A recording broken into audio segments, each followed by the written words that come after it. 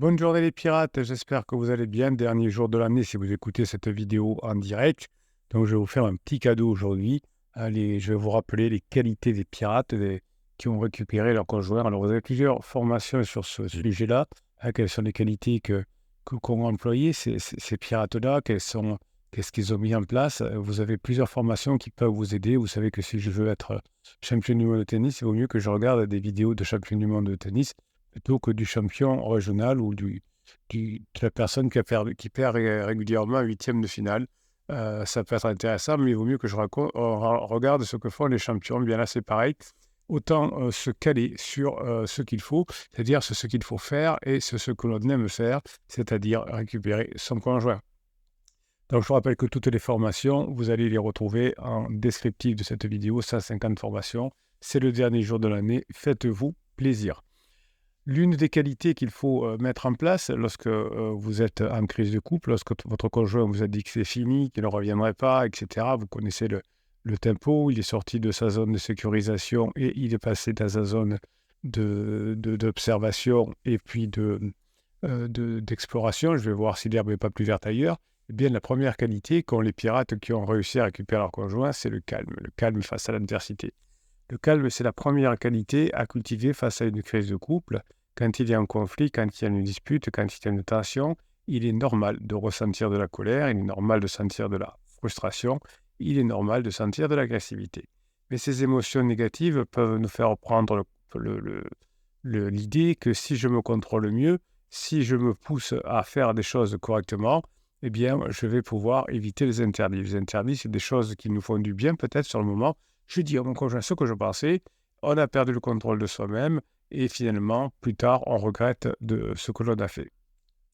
Le calme, au contraire, nous permet de rester maître de nous-mêmes, de réagir de manière plus constructive et plus respectueuse. À chaque fois que vous allez travailler le calme, évidemment, vous allez pouvoir vous rapprocher de la récupération de votre conjoint. Évidemment, le calme va vous aider à obtenir tous vos objectifs dans le sport, dans la musique, dans le domaine professionnel, avec vos enfants.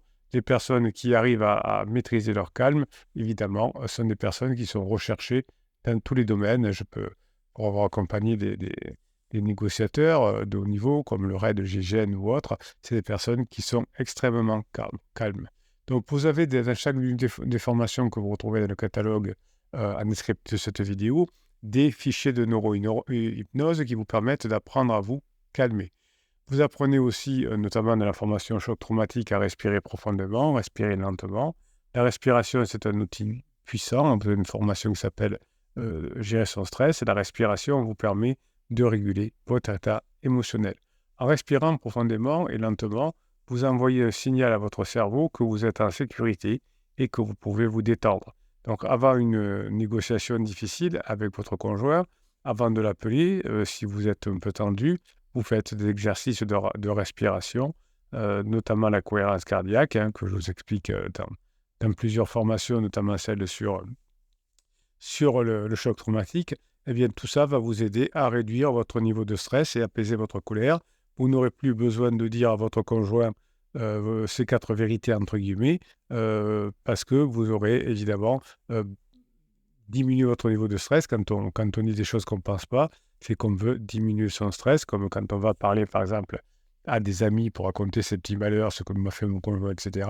C'est toujours très dangereux de faire ça et vous pouvez vous éloigner de votre conjoint au fur et à mesure que vous parlerez à tort et à travers de votre histoire de couple, parce que ça finira par lui revenir aux oreilles. Donc le fait de respirer, le fait de faire des pauses, le fait de bien se sentir calme, vous évite les interdits. Quand vous avez une discussion avec un conjoint, vous avez la méthode que j'appelle des 5. Vous comptez jusqu'à 5 avant de répondre. Quand vous êtes énervé, avant de faire quelque chose, par exemple avant de sortir d'une pièce, vous comptez jusqu'à 10. Quand nous sommes énervés, stressés, nous avons tendance à réagir impulsivement, c'est-à-dire de dire des choses blessantes ou déplacées. Pour éviter cela, il est utile de faire des pauses et de compter jusqu'à 10 avant de changer de pièce, par exemple, ou avant de répondre, de compter jusqu'à 5, parce que jusqu'à 10, ça fait trop long. Cela donne le temps de réfléchir et de choisir nos mots avec plus de soin. Au moins, vous avez ça en tête. Quand mon conjoint a fini de parler, je compte jusqu'à 3 et je lui réponds ensuite. Si votre conjoint vous recoupe la parole parce que lui-même est stressé, c'est pas grave, le parler, ça le déstresse, rassurez-vous. Quand on est très en colère, on ne contrôle pas ce qu'on dit et on ne se souvient pas quelques jours après ce qu'on a dit puisque on a la mémoire de travail qui fonctionne très peu quand on est hyper stressé. Les pirates qui réussissent arrivent à se mettre à la place de leur conjoint. Hein, vous avez une formation cette semaine qui s'appelle formation super empathe. Si vous arrivez à comprendre comment fonctionne votre conjoint, eh bien, vous allez pouvoir vous mettre à sa place et retourner petit à petit, petit pas par petit pas, vers votre couple. Quand nous sommes en conflit avec notre partenaire, nous avons tendance à ne voir que notre point de vue et à ignorer celui de l'autre. Souvent d'ailleurs, c'est l'inverse qui peut même se passer. En coaching, vous ne cessez de parler de votre conjoint parce que vous avez besoin de vider votre sac. Alors, je ne me laisse pas faire un coaching entre guillemets parce que moi, ça m'irait très bien de vous écouter parler pendant 1 heure, mais ça vous ferait du bien, vous serez content du coaching, mais un jour ou deux après, comme après une séance chez le psy, ça ne vous aurait rien apporté. Donc, effectivement, pendant une séance de coaching, je vous écoute, je vous laisse parler parce que c'est nécessaire, mais ensuite, je vous drive pour vous donner les choses à faire. Très souvent, d'ailleurs, c'est un petit combat entre votre ego et moi-même, mais rassurez-vous, je gagne. C'est-à-dire qu'il faut que j'arrive à calmer votre ego pour pouvoir vous faire passer des messages que vous pourrez ensuite réutiliser. Sinon, vous laissez parler votre ego, vous n'avez pas d'informations à la fin du coaching ou de la séance de psy, et vous êtes frustré le lendemain ou le surlendemain. Donc, pour sortir de cette impasse, il est important de savoir, d'apprendre à se mettre à la place de l'autre, d'où la formation super empathe que vous retrouvez en description de cette vidéo dans le catalogue des 150 formations. Et en vous mettant à la place de l'autre, en essayant de comprendre ce qu'il ressent, notamment pendant sa crise, ce qu'il pense et ce qu'il veut, ça vous permet de développer des capacités de super empathe, de la compassion, qui sont des antidotes à la colère et à l'hostilité. Imaginez que vous rentrez du travail après une journée épuisante et que vous trouviez votre partenaire en train de regarder la télévision alors que les enfants n'ont pas fait les devoirs, n'ont pas été douchés et la maison est en désordre. Le dîner n'est pas prêt, vous vous sentez frustré et vous lui reprochez de ne rien faire et vous laissez, vous laissez faire tout le travail et vous-même. Votre partenaire, alors qu'est-ce qui se passe? Il va se sentir attaqué, il va vous répondre sur le même ton. La situation va dégénérer et une dispute qui peut durer des minutes ou des heures et puis laisser des traces. Maintenant, imaginez que vous rentrez du travail après 2 journées épuisantes et que vous trouviez aussi votre partenaire en train de regarder la télévision et la maison est toujours en désordre. Vous vous sentez frustré, mais vous respirez profondément et vous faites une pause. Vous vous dites que votre partenaire a peut-être une mauvaise journée, lui aussi qu'il a besoin de se reposer et que vous allez faire des choses en même temps. Après tout, c'est pas parce qu'il est rentré plus tôt et est parti plus tôt qu'il doit faire tout le travail à la maison. Donc vous lui demandez calmement ce qui s'est passé, comment il se sent. Votre partenaire vous explique qu'il a eu un problème au travail, que les enfants ont été infernales et qu'il avait besoin de se détendre quelques minutes. Vous lui expliquez votre compréhension et votre soutien. Vous lui demandez de vous donner un coup de main pour vous préparer, pour vous occuper du dîner et ensemble de ranger la maison. La situation est résolue en une conversation agréable et un moment de complicité. On range la maison ensemble, on fait la cuisine ensemble. C'est assez logique, mais dans la phase de sécurisation, souvent, vous avez besoin de l'intérêt de votre conjoint et donc vous pouvez aller dans le conflit qui fait qu'au moment de l'explosion et au moment de la phase d'exploration, eh bien, on se sent beaucoup en difficulté et certains couples, d'ailleurs, au moment de la phase d'exploration, peuvent se séparer, peuvent se divorcer. Tout le monde n'a pas la chance d'être un pirate et d'être tombé sur cette team, cette famille de pirates qui vous aide à mettre en place tout ce que vous apprenez dans les formations. Je voudrais aussi insister sur le fait que les personnes qui récupèrent leur conjoint sont patients et tolérants. La patience et la tolérance sont deux autres qualités très importantes pendant la crise de couple. Quand vous êtes en couple, vous devez accepter que votre partenaire n'est pas parfait, qu'il a ses défauts, qu'il a ses erreurs, qu'il a ses faiblesses, surtout s'il est en crise existentielle. Nous devons aussi accepter que nous ne sommes pas d'accord sur tout, que nous avons parfois des différences d'opinion, des opinions politiques, des opinions religieuses, des goûts de films, des goûts de musique. Et si nous sommes trop impatients et trop intolérants, nous allons nous focaliser sur les aspects négatifs de notre partenaire et notre relation va être plus tendue et plus frustrée. Si vous apprenez au fur et à mesure des formations à devenir plus patient et plus tolérant, vous pourrez avoir ces qualités dans votre métier notamment ou dans d'autres domaines de votre vie. Et vous allez apprendre à reconnaître les aspects positifs de votre couple, puisque si vous voulez rester en couple, il faut mettre le doigt sur les aspects positifs de votre relation pour vous aider à recréer de l'harmonie et de la confiance. Pour être plus patient et plus tolérant, vous allez apprendre à monter dans l'hélicoptère, comme on dit, c'est-à-dire à prendre du recul et relativiser. Quand nous sommes en couple, souvent pendant la crise de couple en général, d'autant plus, nous avons tendance à prendre les choses trop à cœur et à dramatiser les situations.